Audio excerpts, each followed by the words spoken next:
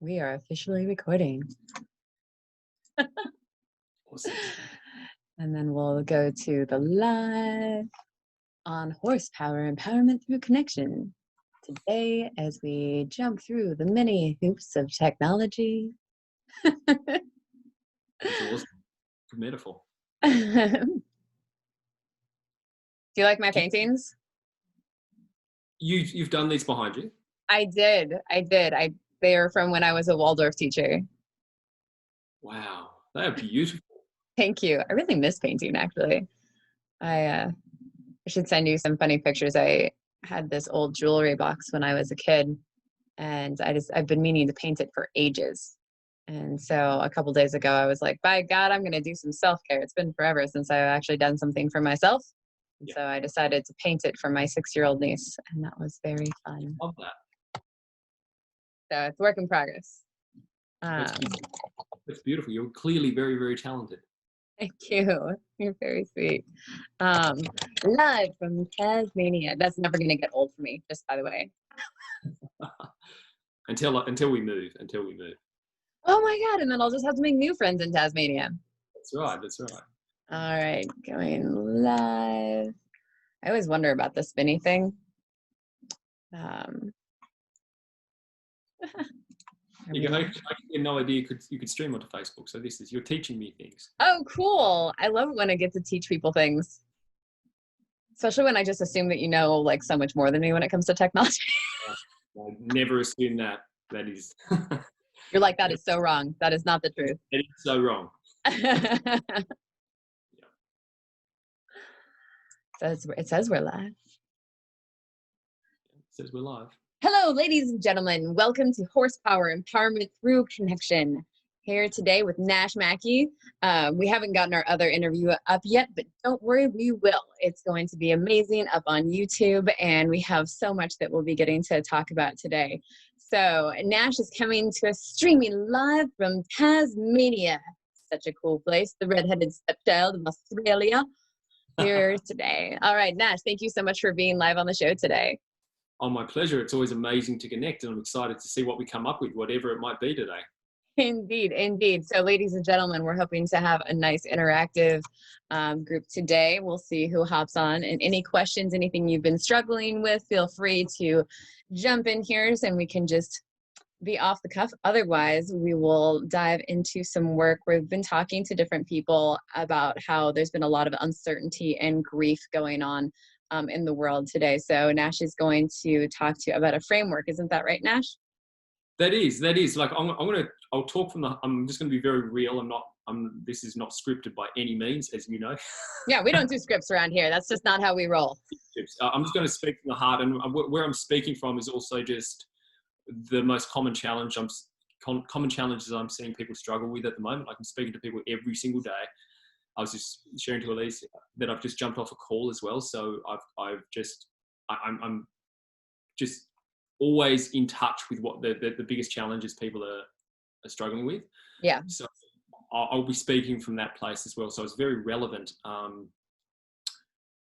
As you said, Elysia, like the biggest things, obviously uncertainty and also grief. Like, that's a huge part. I'm curious, do you have an example of the grief side of things on your side? Oh gosh, I actually do. I have some close friends as well as acquaintances who have recently had family members who have died in the last couple of weeks, or that have people who are currently in that process. And then a lot of people are grieving in different ways just from the loss of their jobs, and just general lifestyle, with COVID going on. So many people are just grieving from not getting to see their friends, not getting to see their family members. There's so much uncertainty, kids are grieving, not getting to see their friends as much. Sports, people are used to coming together and having those really fun experiences, and the camaraderie of sportsmanship and the energy that goes into that experience, which a lot of people you can't really get that in other places. You can't go into a place and have tens of thousands of people that are cheering and just like all that vibrancy and energy that goes into that. It's like, that's addictive, you know. There's a reason people pay like $100-something for a football ticket. Absolutely, absolutely. Okay, so that's all fantastic, and I just wanted to hear from your side specifically.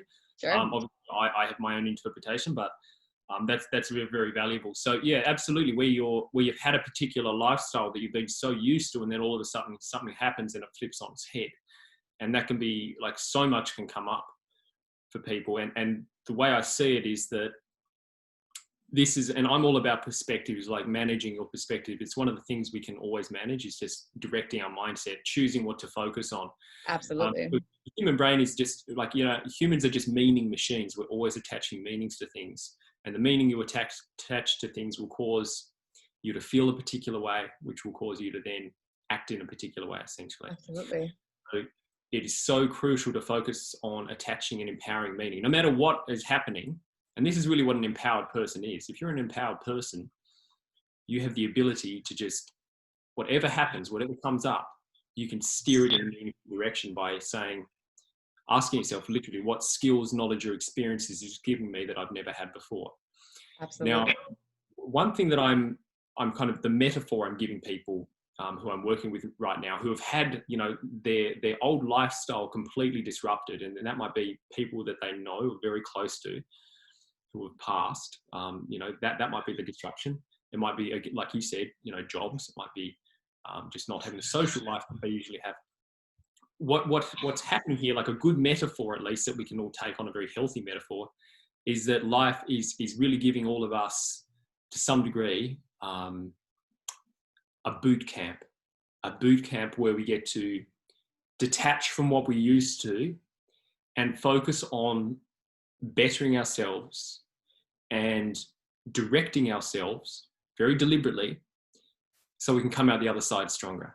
Absolutely. And you know, as we spoke about on the previous interview, I was in the military, and Yes. I walked in that place a scared boy. I marched out a soldier, and that was because that was completely detached and removed from what I was used to. And everything I thought I was, everything I kind of believed about so many things was kind of broken down, and they break you down and they push you and they push you and they push you. And they do that to actually allow you to get to see what you're made of. Yeah. And that's what life is doing. It's like it's offered us the most beautiful boot camp right now. Right. Yeah. And you know, for people who are in the work and do like in momentum already, this may be a little more easy because people are like, I love a challenge. I believe this challenge is going to bring me amazing stuff. And that's my perspective. Like if you know, what you focus on, you move toward. So Yeah. your perspective, like managing your perspective in this time is key. The meaning you're attaching to things, like, and I'm curious for anyone who's watching this, what is the meaning you're attaching to this situation right now? What are you making this mean? Is in your mind right now, is this the end of the world? Is this a disaster? Is it what is it for you? Like, and I just want everyone to consider that. What's the picture you're making in your head when you think of what's happening in the world right now? Because that picture, the story you're telling yourself, will literally determine how you live your days, how this chapter of your life plays out. I'm hearing so many people. I actually posted this in my stories the other day. I asked people, I said, because I've heard this conversation where people are like, 2020 is just a complete write-off. Like it's just a write-off. I've heard so many people, and I actually asked that in my stories. Yeah, no, I've heard that as well. You have? Yeah, there you go. Oh, absolutely. Yeah. They just want to forget about that it had ever existed. And, but that just speaks to what level of discomfort people are willing, like what's your threshold, right? And at some point they just shut down because they're like, I'm maxed out. Like I can't do it anymore. And there's no judgment to people when they reach that because everybody's got their own level, like bandwidth, right? And so as life coaches, like what we do is we help give them skills to increase that bandwidth so that they're more like readily able to move through their lives and not only be able to stay within a neutral and like functional space within each and every day, but to be able to transcend those spaces and get to like even figure out how to live their dreams and who is their authentic self and expand themselves comfortably in that level of discomfort. Because you can be comfortable in discomfort, right? Because you can like look for it. Like, yeah, go on. Absolutely. And I love that you said that. and people might be wondering, I'm just going to give people a tiny bit of context just for me, like why I can even talk about this. Well, yeah, Nash, who are you? Why are yeah, we giving you the experience? who am Jesus. I? Yeah. Yeah. And I'll just say, Why like, should we listen to you? and I'll just say, to find that out, you need to go and watch Elysia's podcast. I keep saying Elysia. Elysia. I get tongue tied when I say your name. It's a beautiful name. Thank you. You can call me Ellie if it's easier. It's okay. I'll give you a pass this one time. What's the shortened version? Ellie. Ellie. Okay. It's Cool. like the sweet innocent side. Okay. I definitely won't call you that then. Okay. Awesome. We're way off track. Okay. Focus. So what I'll say is that, and I'll just share a little bit. Okay. So just in this past year, it's actually not even been a year yet. Our third baby was born, and on the day she was born, she was born at about 2 a.m. and it was amazing. I went home to pick up our other two kids to bring them into the hospital. I kind of got a couple of hours sleep, and I was driving into the hospital, and we stopped at the shop to buy my wife some gifts to bring her back to the hospital and for the little kids to meet the new baby. And while I was at the shop, I got a call from my wife, and she's like, the doctors think there's something up with our baby. And that call, it's a real awakening when you get a call like that. Imagine. And sure enough, they discovered she had 4 holes in her heart, and she was almost going into shock because her temperature was dropping so rapidly, and just all these things, like we'd had 2 other healthy babies, amazing, and then we had this little gift that came to us with all these little challenges, and but it was eye-opening. And then from the get-go of what had been, what we kind of expected and known in the past, we were on this completely different journey, and we were in these meetings with like 6 different doctors and counselors, and we were sitting there, we're like, wow, why do we need these people? And we obviously found out she needed open heart surgery pretty urgently, and she was born with some other challenges as well. And we had to adjust to that. But we had been doing this work for a while. And while it was a challenge, I'd never say it wasn't a challenge. We felt it, but we were able to navigate it. And the thing that we kept reminding ourselves and kept reassuring ourselves was that there's a reason behind this. Like there is something here that life is giving us that we've never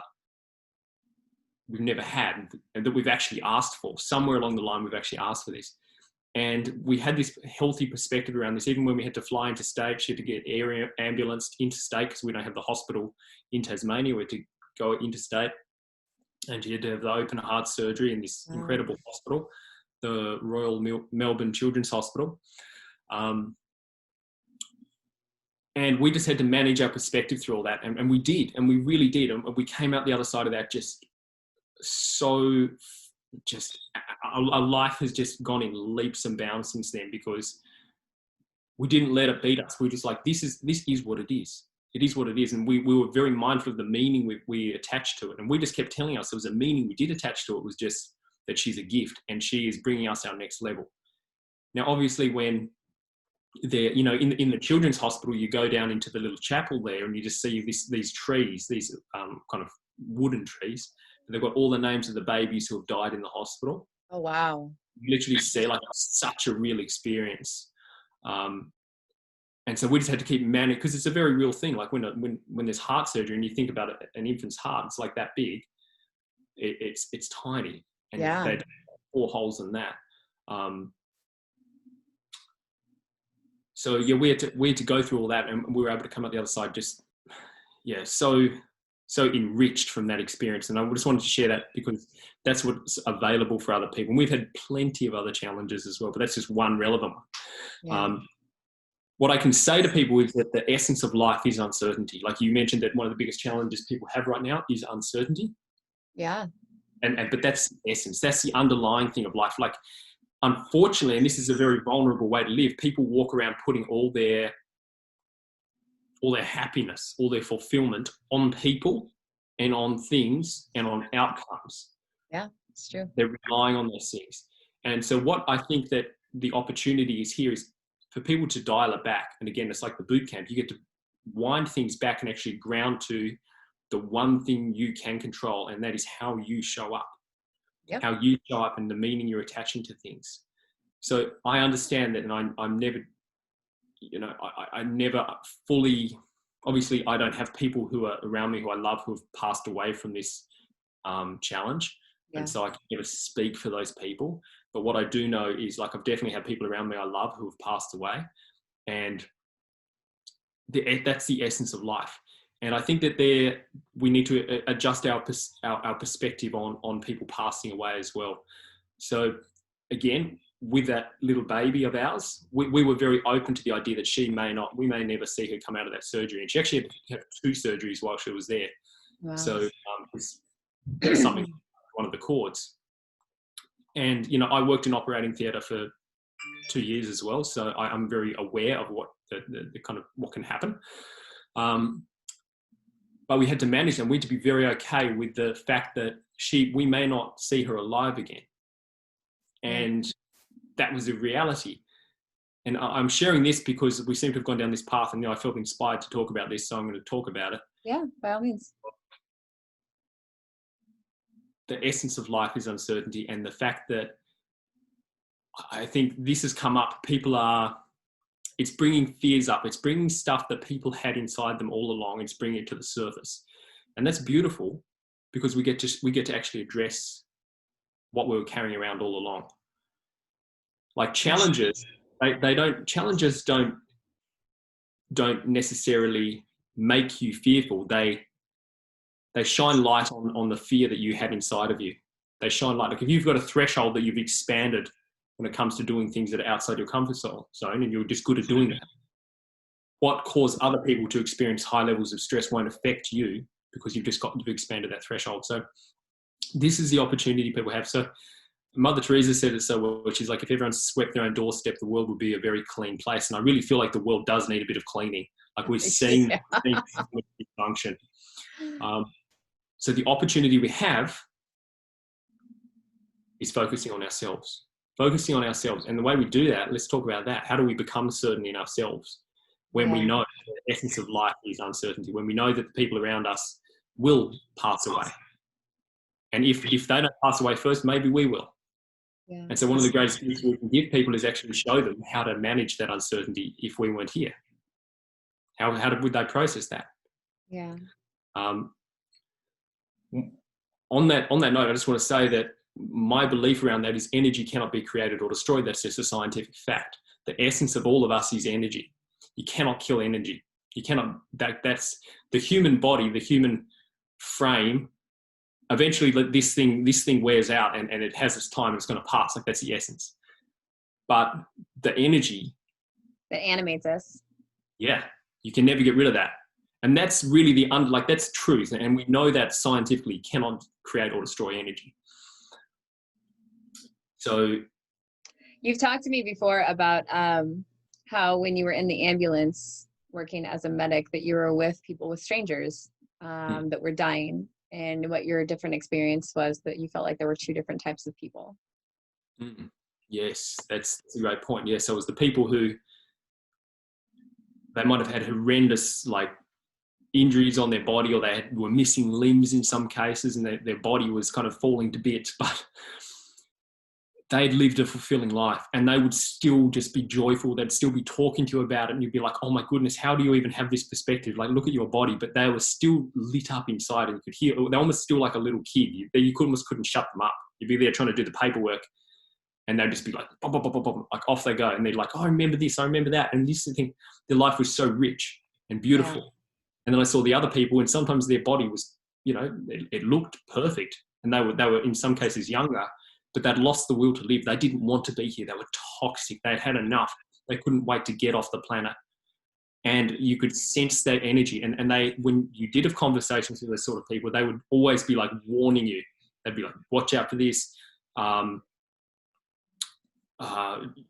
Really almost in some cases untrustworthy of other people still, and just bitter toward life. They'd have this general anger toward life. And yeah, as we spoke about, that kind of really played a huge role in helping me move into the work that I now do, is because, you know, at the end of the day, we're all going to be, you know, we never know when our last breath is. And like they say, the longest human life is it's a short time.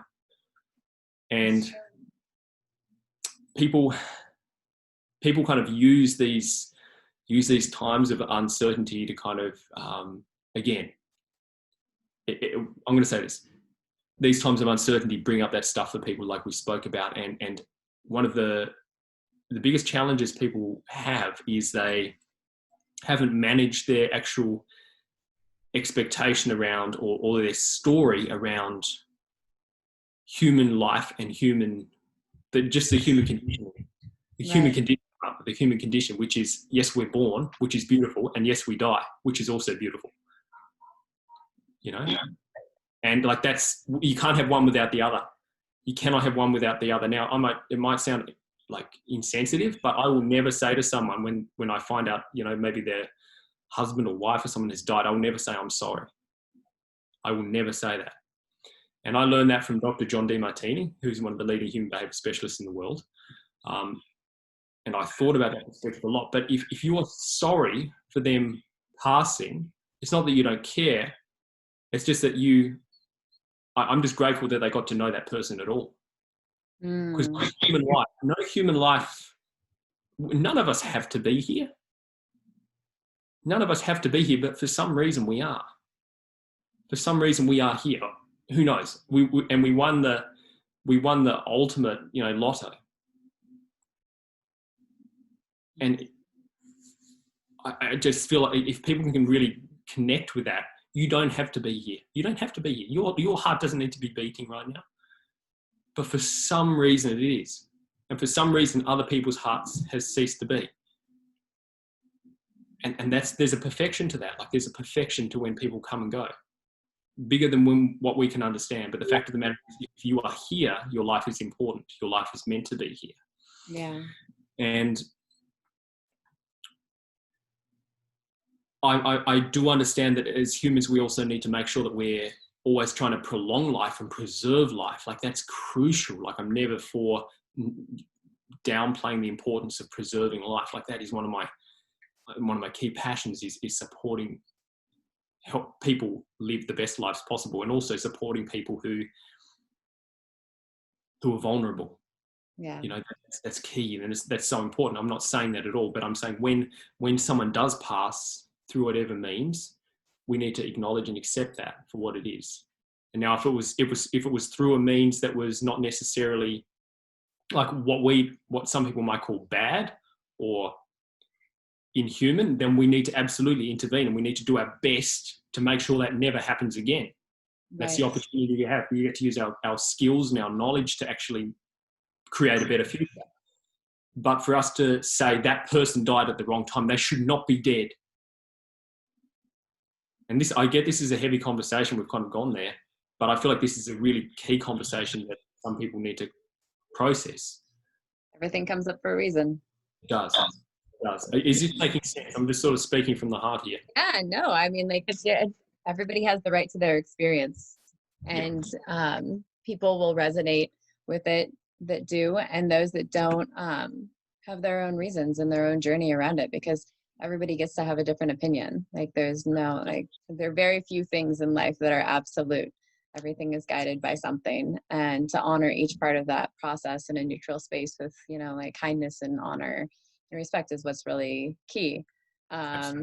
People have their own autonomy. If it becomes too heavy, they can turn it off, and that's totally okay. Like, and I want people to make sure that they hold those healthy boundaries within themselves to create a space that's non-toxic. It's because they might not be ready for the conversation, and that's totally okay. So yes, absolutely. Nash, you have the platform. We have about 20 minutes left though, before I have to sign off to take care of my family. And I would like to talk a little bit about, like, the framework and how we can help them with that healthy mindset regarding the subject of which we're addressing. Of course, absolutely. So bring it full circle. Let's bring it full circle. Again, it comes down to your own self-empowerment. And I'm just going to finish off what I was saying before. I'm just going to Absolutely. cap it off Yeah. with this. I've got an amazing wife, like an incredible wife. You know, I'm very blessed. Yes, I love how well you speak of her all the time. Oh, thank you. Well, I wouldn't know. I wouldn't. Yeah, I don't know anything else simply because she's so amazing. Like, it's just true. Like, yeah. I love that. But in saying that, I know that the essence of life is uncertainty. That's true. I also know that maybe I'll pass before her. Maybe she'll pass before me. And even my children, I've completely made peace with any of them passing.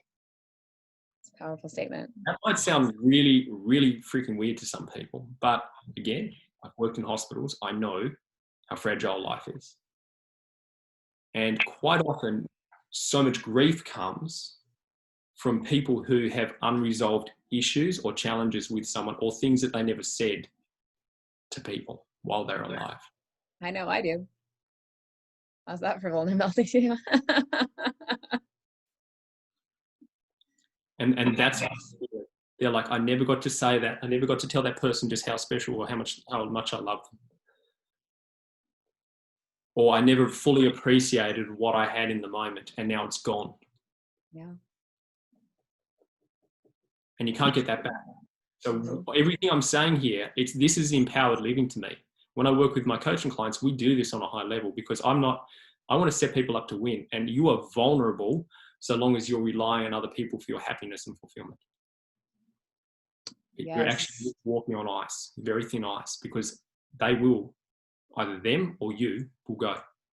And if you've not educated them through this perspective, like my wife is the same. I'm like, we've had deep conversations about if I ever passed, for how she should process it, how she gets to process it. I don't want to walk around moaning and like, grieving, and carrying all that, because we're in an amazing life. Celebrate the good times, celebrate the fact that we met at all, and then move on. That's what wakes are for. Do you guys have wakes over there? Wait, no. Or actually, so a wake is like a celebration of life. Of course. And that's beautiful. That is beautiful. And the interesting thing is, there's certain tribes around the world that they celebrate when someone passes. It's the same thing. And they don't grieve, but they actually have a celebration because they believe that person's, moved on to bigger and better things, whatever that is. Right. That's their belief. And so your belief in any given situation will determine how you feel and your experience of it. Okay, so this comes back to having a healthy perspective in any given moment, a really healthy perspective, and actually seeing that, even though times are a little bit crazy right now, even though things are really challenging, life isn't always like this. We've had big challenges. In fact, you've survived 100% of your hardest days so far. Yeah. It's really important for people to grasp that. You're here, you're a fighter, you're a winner. That's why you're still here. So we bring it back to yourself. And that really brings us back to the center of this. So when I talk about self, like when you're you, there's three things you can always control. There's three things that sort of make you up, any human. And we've got all this going for us at any given time. Like we've always got this. Can you pull it closer to the screen? Is that possible? That is possible, but I'll explain it because I wrote this out for another client and I didn't even expect to be talking about this. So that's okay. We roll with the punches. I think that's close enough. It'll be all right. You're going to talk through it anyways. Beautiful, yeah. So you've got yourself. Just remember, you are in the middle. You're yourself. And now yourself. That's you. So let's break that down. What are you? You're first of all, you've got a body. Okay, that's what we know. Yeah, body. You've also got a mind, which gives you the ability to think. Right. And most of the time. Yeah. And the last part is you've got a consciousness. Now, some people might not resonate with that, or some people might call it a soul or a spirit. That's some people. But I really believe like there's a consciousness. There's something inside of us that's actually allowing us. We don't just have a brain. We've got a consciousness that allows us to kind of reason and make sense of things. Like that can be the mind as well. But we've got something that where we can sit down and we can just know, like just this knowing that we exist. Yeah. And awareness. And people can get lost down that field. But let's just leave it. So we've got those three things that are going for us at any given time. How controlled are you of all three of those things? That would be my question to people. How in control are you of your body right now, your health? How in control are you of your mindset right now? And what about your sense of connection? Because that's one of the greatest gifts we have, like being able to just sit down, be still, and actually just ground ourselves in a moment where we don't have to be doing anything, where we're okay with just being still. If someone had once said that to me, I would have been like, what on earth are you saying? But it is one of the key things. If you can do that, you are a very powerful person. If you can just sit down and be still and allow yourself to do that, and you can actually allow yourself to sometimes do nothing and be completely okay with it. The very essence of you being able to do that means that your mind is at peace, that you have a level of peace about you. Now, I know a lot of people who cannot sit still for even a minute. They must be listening to music. They've always got the radio on, the TV on, something distracting them, and they'll make stuff in their life because they cannot stand to sit still. And that's because they have all this noise. They've got all this unprocessed thoughts that this is running the show. Okay, so I see that as a benchmark, and I see that as a way to actually measure how in control you are. Amidst everything else happening, can you take time to sit down and be completely still? And can your mind, even though it might try and do crazy things, can you just bring it back? Can you bring it back? Because your mind wants to think it's what its job is, you know? Right. Like, can you bring it back? Can you bring it back without judgment of it going all over the place? Yes, absolutely. Absolutely. So these are the three things we get to start with. They are always in our control, even if you are homeless. Yeah, absolutely. You know, and this is really key to understand. You know, now outside of yourself right now, you've then got a past, you've got a present, and you've got a future. These are always going for us. Mm-hmm. How are you interpreting the past? What are you making the past mean? Because whatever you make the past mean, it will determine how you live in the present. Exactly. Are you allowing it to own you, or are you allowing it to be a stepping stone for the things that you get to learn and continue to evolve to be present and prepare for the future? Absolutely. That's spot on. And then you've got the future, which is this thing in the distance that you're either inspired by, or it may be causing you anxiety, where you're like, I think based on the past, based on how I interpret the past, based on how I believe about myself in the moment, I believe the future will be a certain way. So you've got all of these things, and I encourage people just to check in with yourself. How are these playing out for you? How do you determine your past? Do you have a healthy past, as in no matter what happened? And I understand some people have had real challenges, but are you leveraging that for what it can be? Are you leveraging the past for what it can be? Are you living powerfully in the present? And are you inspired for the future? And the thing is, regardless of what's happened, just like you've created that beautiful artwork behind you, Elysia, we get to create that future. We get to say what we want it to be. And that's what most people don't give themselves permission to do, because they're so scared. They're like, that could never happen for me. Me standing here doing the work I'm doing now, and I'm supporting growing numbers of people around the world through the work I do. I was sharing with a client yesterday. 4 years ago, I was cleaning gutters in service stations at 4 a.m. in the mornings, like picking slime out of gutters, cleaning the windows, changing light bulbs. Like, that was the work I did. Like, and that's my story. But I've seen so many people who've gone from lives where they felt completely down and out. They felt like nothing was going their way, but they allow themselves to think forward and say, okay, well, if anything was possible, how would I love my life to be? What would I actually love to do with my life? And they give themselves permission to do that. And then something incredible happens when you do that. And now I always use the metaphor of, if you go to a bank to get a loan, a business loan, if you just went in there and said, hey, I want some money because I'm starting a business. And they'll be like, okay, great. And they're like, tell us about your business. Show us some projections. How much, what do you want to do? What's the service you're offering? What's your plan? What's the plan? They'll want to see that stuff. And now based on the plan and based on your ability to communicate, they clearly will determine the funds that get loaned to you essentially. I really believe that life is quite similar. When you can sit down and, amidst everything that's happening in the world, you can actually just pull out a blank piece of paper and write what you want out of your life. What do you most want out of life? How would you love your life to be?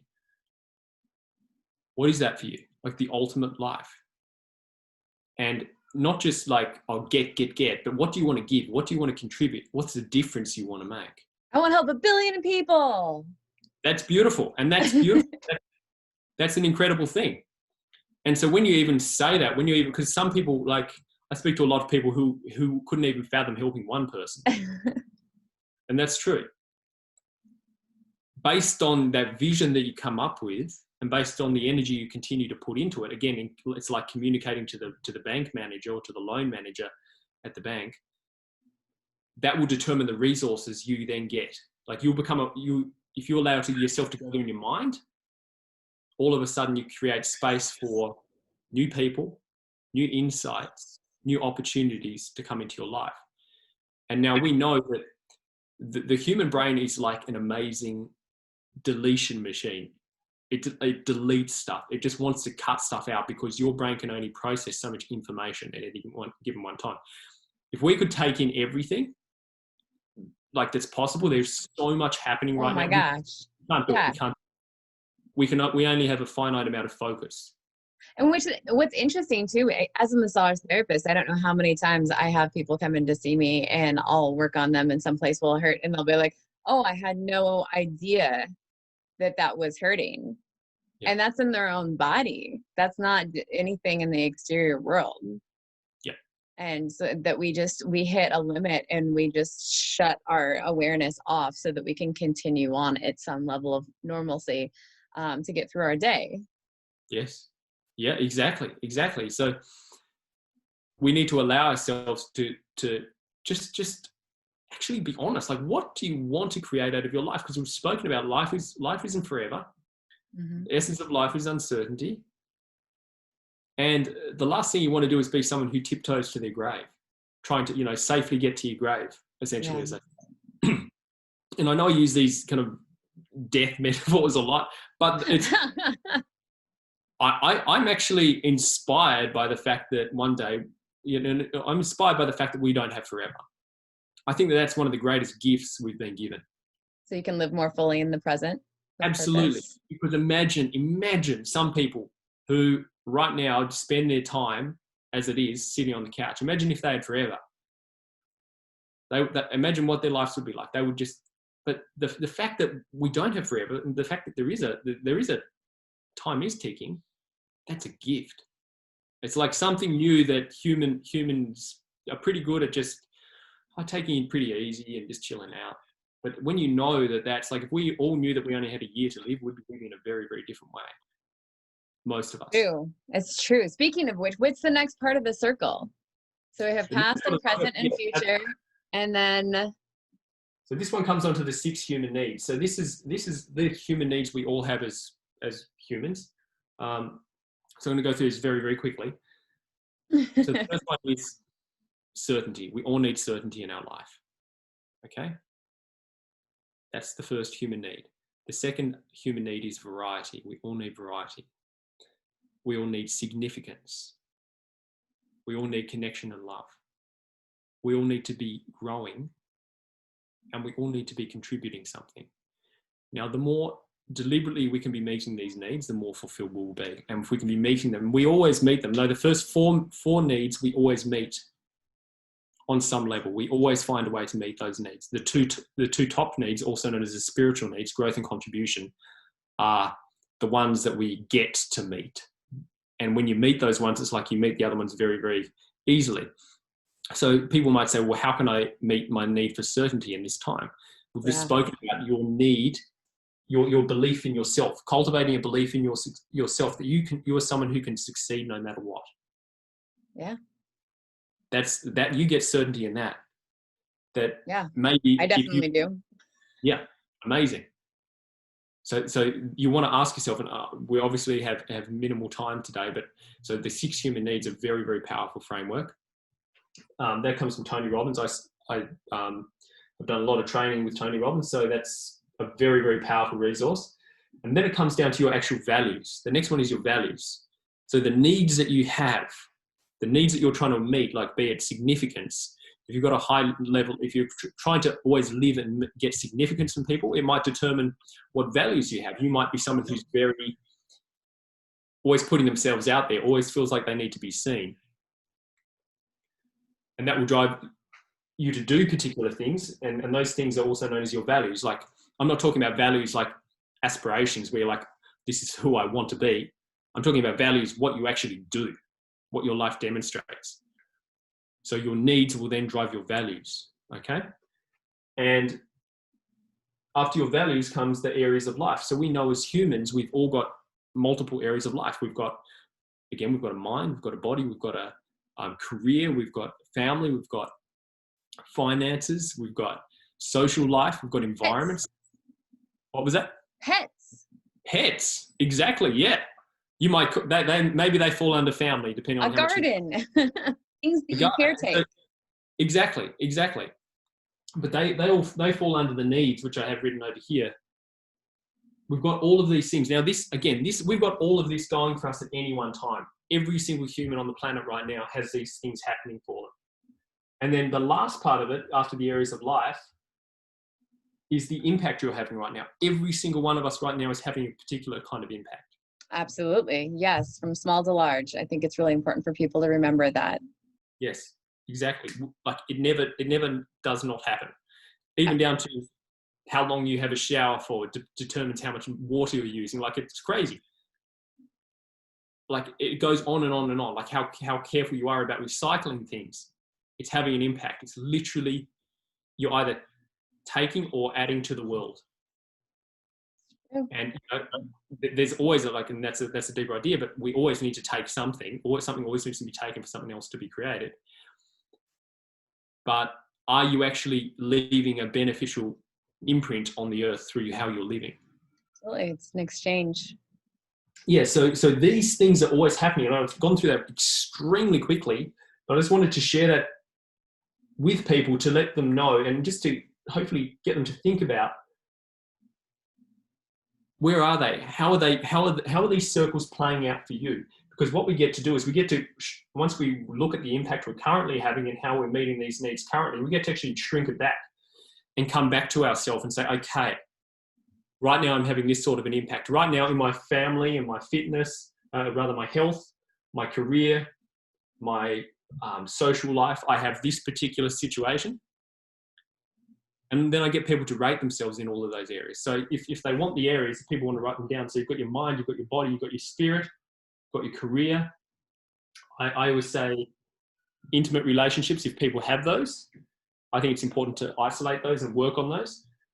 Your family, your social life, your finances, your time, and your energy. I think I've got them all there. So if people want to write those down, and then what I'd love for people to do is actually rate themselves on a scale of 1 to 10. Rate yourselves. Where do you fall in all of those areas? So your mental development right now, how would you rate yourself? How would you rate your level of health right now? 10 being the best. 10 being the best. 10 being the best. And what I actually always say to people is don't eliminate 7. 7's not an option for you because 7's a comfortable number. You're either above or below 7, okay? So get people to rate themselves. And then what we go and talk about, so say for example, you're a level, I did it with a gentleman yesterday. He was about a level 8 in his mind, in his body. He was about a level 6, and so on and so forth. Once you've done that, you come and you look at it, you're like, okay, well, what would I need to do to get my mind to a level 10? What would that even look like? What habits would you have to put in play? What habits would I need to have in place? What would I need to believe about myself? Because currently I don't believe that, otherwise I'd be at a level 10. And you go through all areas of your life. So this is what I call holistic living, because you're not just focusing on one-dimensional success. Like in all of these things, we're talking about certainty, and I've given you this big framework that people can play with, simply because this will give you certainty, because there's so much you can't control, but you can control all of this. to some degree. And maybe there's things that aren't the way they have been in the past, but we can't help that. And worrying about how they were, or frustrating that they're not like they used to be, gets you nowhere. Gets you absolutely nowhere. Absolutely. Yeah. We just need to be saying, okay, what can we focus on with our mind right now? How do we get our mindset to a level 10? Yeah. And also the part that I just recently, like we were having in the conversation beforehand, that I think it's pertinent to bring up too, is that in your behaviors, your interactions with other people, are you doing things to try and fill your needs and looking for other people to assign value to you so that you can find value? Or are you assigning value to yourself and allowing people to think whatever they need to think, but not allowing what their thoughts are to impact you because you're living out of your authentic self? Yes. And it makes a real difference. And sometimes we don't even necessarily realize it. And that a lot of our dysfunctional habits come from us trying to meet those needs because we're struggling to find that value within ourselves. And everybody just wants to be valued. Everyone does. That's so true. But again, it's becoming self-reliant. Exactly. It's so important to be self-reliant, and then looking for the help that we need in different places, like people getting to talk to you with this model that you have, or like reach out to me with the life coaching that I do, or any other person that indicates to them as a life coach, with or without the horses. There's so many amazing people out there. Yeah. And you've brought such depth today, Nash. Thank you so much. Really, I'm not too sure how this landed for people, but I just kind of went there a little bit, and that's just a snap of what I delve into with people. Again, we've spoken from the heart. We have. That's what we always do. Absolutely. So hopefully this lands for people. Hopefully it's valuable. But again, focusing on what you can control, embracing and owning that the essence of life is uncertainty. And remember that you are always making things mean something. And you are always in control of that. That is up to us. Absolutely. So I think I'm going to leave it with that. That's wonderful. Unless you've got any other questions. Nash, I do have one more question for you, or maybe two. Yeah. Can you take a picture of your board and post it on our feed for this video so people can reference it later? For sure. Mara Palermo says, thank you, Nash Mackey, always bringing value. Thanks, Mara. It's nice to see you on here. Yeah, he's taking a picture right now. And also, Nash, can you just throw up anything you're promoting and your contact information on the feed when you get a chance, my friend? Absolutely. I'm only seeing the Zoom. I put it up on your page. Okay, beautiful. On your page so that people can get value on your side too. Oh, thanks. All right, ladies and gentlemen, I always love to run over because that's my habit, especially when I get to connect with amazing people. But I get to go take my mom to PT because taking care of family is incredibly important as one of my values and core needs. So, all right, much love to everybody. Thank you so much for watching. And Nash, thank you so much, as always, for spending time with us and sharing your wisdom and speaking from the heart, as always. You're just an incredible human being, and I appreciate you. Oh, my great pleasure. Thank you so much for having me on, and I look forward to connecting whenever we get to in the future. Yes, monthly meetings. Absolutely. Thanks to everyone for jumping on. All right, thanks. Bye, guys.